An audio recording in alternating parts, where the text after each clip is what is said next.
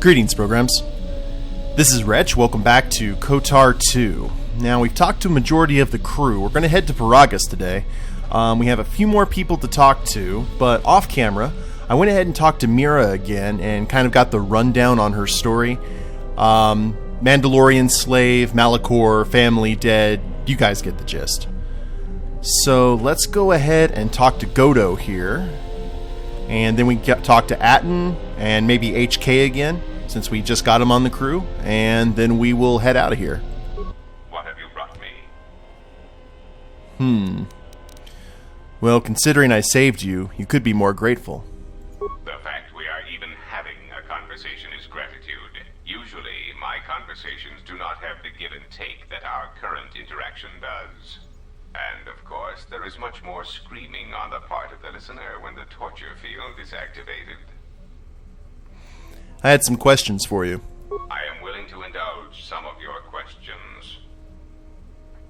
You wanted me to save the Republic. How is that possible? There are several factors, all of which affect each other. There is the stabilization of Dantooine, the preservation of the restoration efforts on Telos, the political resolution on Onderon, and the unification of a religious power base in the galaxy, either Jedi or Sith. Okay. Is there anything you can do to help those systems and their people, either with information or resources?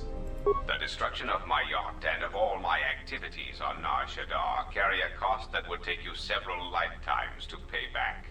But perhaps the offer of credits will spur you to act quicker, more decisively. I am not unsympathetic to such greed. For every system you stabilize, I will reward you for your efforts. That's nice, but I don't want a reward. Helping the people of those systems is enough. Compassion and mercy only erode respect and power. The Sith would like you. Just tell me what needs to be done to help these systems. There is the stabilization of Dantooine. Oh, okay. You already talked about that. Well, tell me about Dantooine then. Dantooine is a vital resupply point for the Republic. If its stability is compromised, then the Republic will lose control over many outlying worlds, and they will become a haven for raiders and smugglers. The economic loss from such outer worlds is greater than the Republic is aware of. If the matter is not corrected, then it shall fall. Now, Dantooine is the location, I believe, of the Jedi Enclave in the first Knights of the Old Republic, and where Tarkin's men found the remains of a rebel base in the original Star Wars. What's the situation on Onderon? Onderon is an outer rim world, rich in ecological resources. Its aggressive ecology is capable of bringing devastated worlds back to life. It is currently experiencing a political schism split between two forces. One must triumph for the planet to be stabilized. And what about the restoration efforts on Telos, which hopefully we are going to fix this episode? Telos is instrumental to the stability of the Republic. Its success or failure will dictate the economic forecasts of many other worlds. Of course, since the destruction of the Paragus facility, the odds of the Telos restoration project being successfully completed is close to zero. Okay. Well, it was necessary to destroy the planet to stop the Sith. I hope you do not decide that the next thing that must be destroyed to stop the Sith is the galaxy itself. Perhaps one must ask themselves at what point defending your religious ideals is advantageous to the Republic as a whole. As long as your defense does not exterminate more than 50% of those you intend to help, is that acceptable? Wow, I really like Godo. He's all numbers. You may speak. Okay. Where's your base of operations? Now, that would be telling. For now, my presence must remain a secret, and it may remain that way forever. Now, I actually know the answer to that, but still, Meetra does not. I am willing to... What capabilities does your droid possess? It has been assigned to guard and protect you. As such, it is well suited for a variety of tasks. It is skilled in intimidation, interrogation, and can provide a series of select skills that will make it an effective killing machine. For the most part, it will follow your orders unless they conflict with mine. You know, it would be if they ever made like a KOTOR II movie, who would play Godo and do an awesome job of it with that modulated voice? Hugo Weaving, Agent Smith, and Elrond and V. He would have that perfect voice. And if they do? Then its proton core will detonate, turning this ship into space dust. There is no negotiation in this. I will not allow you to interfere with my operations and plans. So he's a huge bomb. What skills does it have? This unit comes with a droid scrambler that you may use against mechanized opponents to randomize the defensive and offensive protocols. Use it, and it will cause droids to wage a civil war in their programming, and they will turn on their allies. Its power source is not limitless, but it is enough. Neat. In addition, this unit comes equipped with a portable cloaking generator. It will allow it to enter places undetected in reconnaissance mode. Okay. Well, those can all prove an asset. Good to have you standing with us. Floating with us. How droll.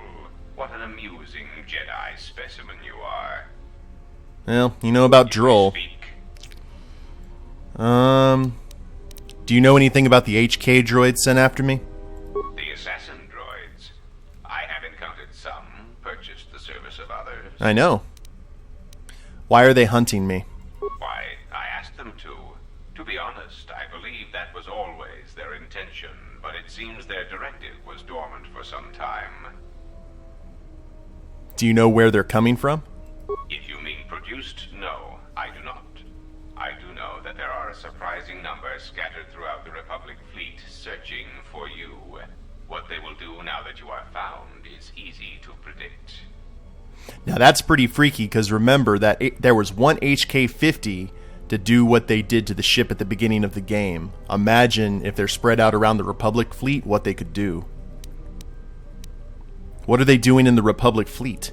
They are masquerading as protocol droids. I have discovered that when they are used in negotiations, they have a predictable pattern of sabotaging whatever peace treaties they are involved with.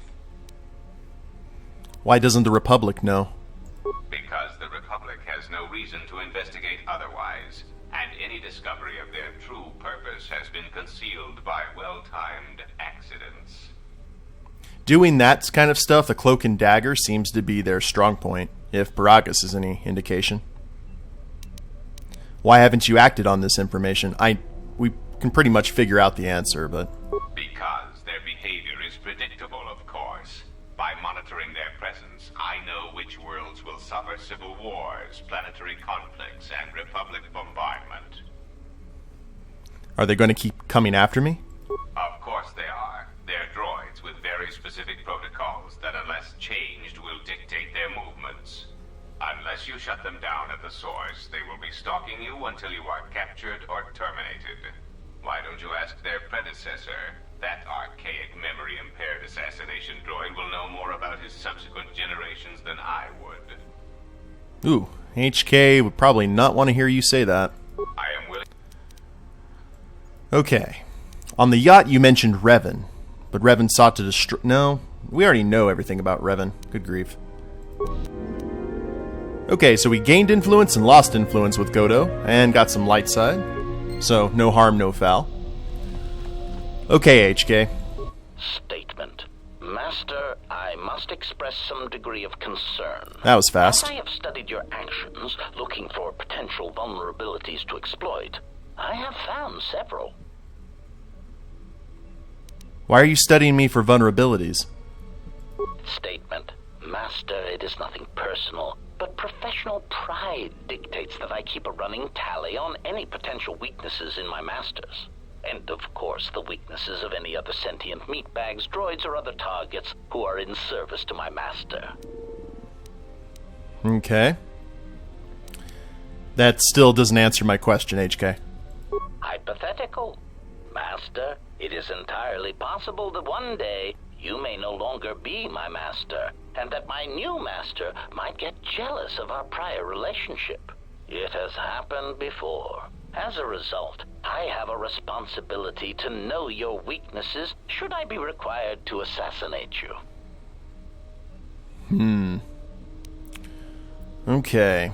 You know, you don't have to call me Master. Statement. Oh, I am aware of that, Master. I simply use it to give you the illusion of control and obedience. Humans often need such comforts until the end comes. What do you mean, the end? Consolation, Master. Everyone dies eventually, and not all of them by my hand. Even droids die when not routinely maintained. Hey, T3. Enough. Alright, I had some questions there, boss. Statement. Ah, you wish to conduct an interrogation? Very well, proceed. Interrogation? Statement. Oh, yes, Master. Pain is really the only reliable means by which truth may be obtained, or so I choose to believe. Alright, it's not an interrogation, I just want to ask you some questions. Statement. Very well, Master. But if you wish to be brutal and vicious about it, know that I am trained for such things. Do your worst. Like that HK's like, hurt me.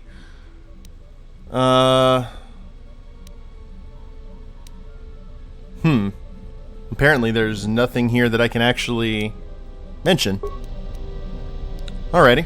Well, that's good. HK is just very simple and to the point. Point blaster and fire. So, let's talk to the Padawan here. I heard you making friends with the bounty hunter. I don't blame you. She's a scrapper. You don't survive on Nar Shaddaa for very long if you aren't. Did you know Meetra, Atten? I've known people like her. Maybe without the rocket launchers, but sort of the same. Maybe without the plunging neckline and the boots. I wouldn't let anything she says bother you. It's a wonder you cracked her attitude at all. She's cold as the ship's hull. Alright, Padawan, have some questions. Alright, what did you want to know?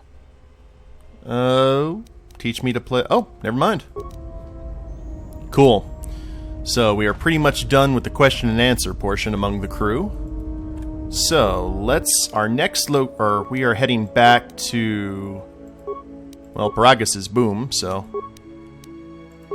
Let's go ahead and travel to Citadel Station. And go talk to Lieutenant Gren. Now, I'm gonna hold on in case there's anything new that pops up, otherwise we would just flash. But let's see. Anything new and exciting? Hyperspace.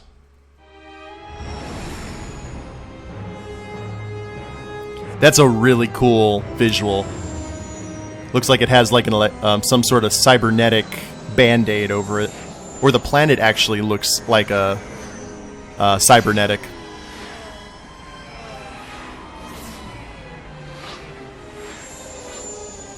Alright, are we just going to do the normal landing procedure? Yes, we are. That was a nice looking ship to the right of us. Alrighty. So, we might as well take Godo and HK with us. I don't think we're going to have any other trouble, but we need to let the new blood, or the new oil, come along, because I need to level them up and get them equipped and such. Alrighty. So let's see. Man, that's an intimidating looking crew, isn't it?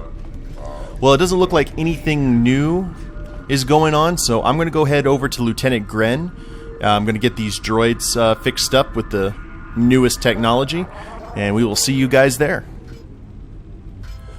Well, that didn't take long. I got the guys equipped and walked out the airlock, and we have some HK-50s, so let's go ahead and introduce them to the superior model. Diagnostic? For some reason, I cannot fire. Obvious statement. This was not anticipated. I am attempting to access my weapon systems, and I cannot. Alarmed embarrassment. If this gets back to the other units, we will be decommissioned. Okay. Well, that was strange. Let's go with disable droid. The other two know what to do. Whoa. Why isn't HK fighting?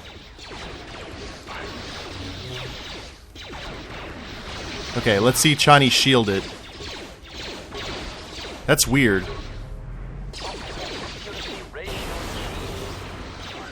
We should have probably given the droid oxidizer. It's okay, though. Let's heal again. Why didn't HK help out? I guess they can't... The HKs can't attack each other. That's bizarre. Droid energy collector... Master, if you could indulge me for a moment, I must express some degree of irritation at your actions. Perhaps my anticipation of working with one who served at Malachor V was too high, but you are countering all those expectations. Oh, Lord. And how is that? Statement. Well, all your behavior up to this point suggests either strong atonement or confirmation that the atrocities attributed to you during the war were in fact accidents.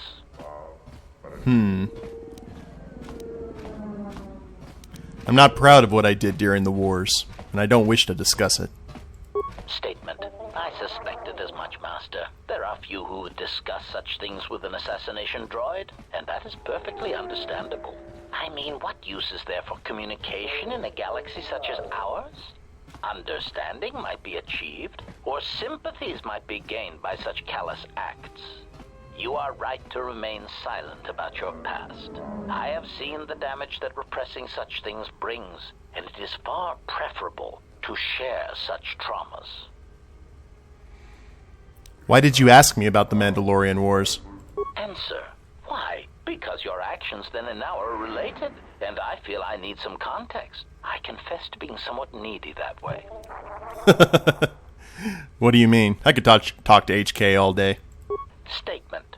Sometimes, Master, it is difficult for meatbags to step back and gain some perspective on death and its importance in their insignificant lives. Explanation. You see, Master, assassination is such a versatile tool. I have seen the removal of a single target have far-reaching consequences for a nation, world, even a galaxy. The repercussions of even the smallest lives, whether dead or alive, can have profound implications on history. But surely you realize this. Little ripples can cause big ripples. I don't want to tell him that's a very human perspective. He'll get insulted. How is that? Statement. Why your own life, Master? Your single life changed the face of the galaxy, of history itself. Malachor V was an impressive act of destruction, but its impact on the lives of others in the galaxy was far more extreme. I mean, Master, you brought about the death of the Mandalorian race. I doubt they realize it yet, but you dealt them a blow from which they will never recover.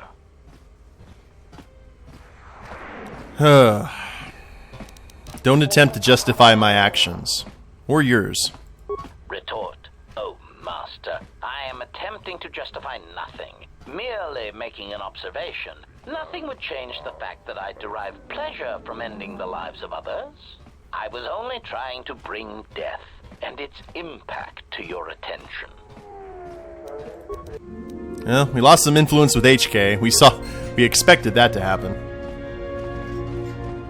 Well, let's go ahead and head back to Lieutenant Gren. Are we going to deal with any more HKs along the way?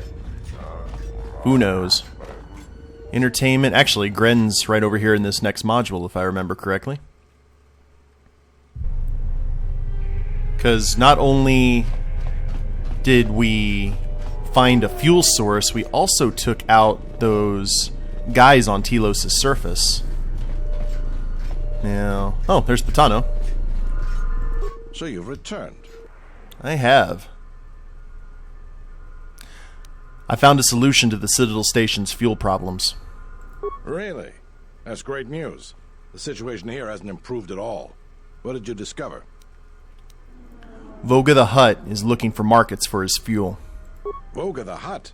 That's preposterous. What makes you think we'd be willing to do that? Desperation? Yeah. Voga has a lot of fuel from Slaheyron, and he needs to sell it. A glut of fuel isn't going to help our position much in this case. It's a resource that's needed throughout the galaxy, and he'll be able to command a high price for it. Still, we don't have much of a choice. We need fuel, and we need it fast. I'll bring this up with the Telosian Council and urge them to broker a deal with Voga. Now, I believe I gave you my word that there would be a reward for information leading to the establishment of a fuel source for the station. Never believed for a moment that you'd actually be collecting it. But I'm a man of my word. So here you are. Now, I've got to send this information to the Council right away. I'd like to talk to you about the bounties first. What is it? I killed the escaped criminals. I see. And where and when did you kill them? I followed them to the restoration zones where they were on duty as Zerka security and killed them. I see. Well, you certainly earned the bounty on those two dangerous criminals. Here it is. I think you'll find the amount more than adequate. The TSF once again thanks you for your cooperation. Okay, journal entry. We got 1,200 credits and 1050 experience points. It's not a particularly high reward, but it's okay. So I'm going to go ahead and head to the stores and probably sell off some stuff that we're not going to use from our Duro friend. And then we'll decide where our next location is going to be. So we will see you guys back on the Ebon Hawk. Okay, something just popped in. What do you mean, Pazak? What, again? This is Ronto Scrag. What house rule says I have to go first? Yeah, well, I'm still not convinced you aren't cheating. Warning, if you draw another +-1 card, I will enact assassination protocols. Boy is cleaning me out. Yes. What are you playing? Pazak. Well, I'm playing. It's cheating. That's a pretty serious charge there, Atten. Whatever, cheater. Well, deal me in. Oh, okay. They were serious. I guess we can try. Give it a shot. Oh, I do not have a good player hand. I've actually found an app that does this on my phone, and I've been playing Pazak when I've been bored. Ooh, that was... Wait. Aha! Now, are we playing against Atten, or are we playing against T3? Because I pretty much expect we'll lose against T3. Because we don't have any negative cards whatsoever. And he still has all 4 of his cards. Gonna need some luck here. Alright, there's 2. Everything's coming up Millhouse.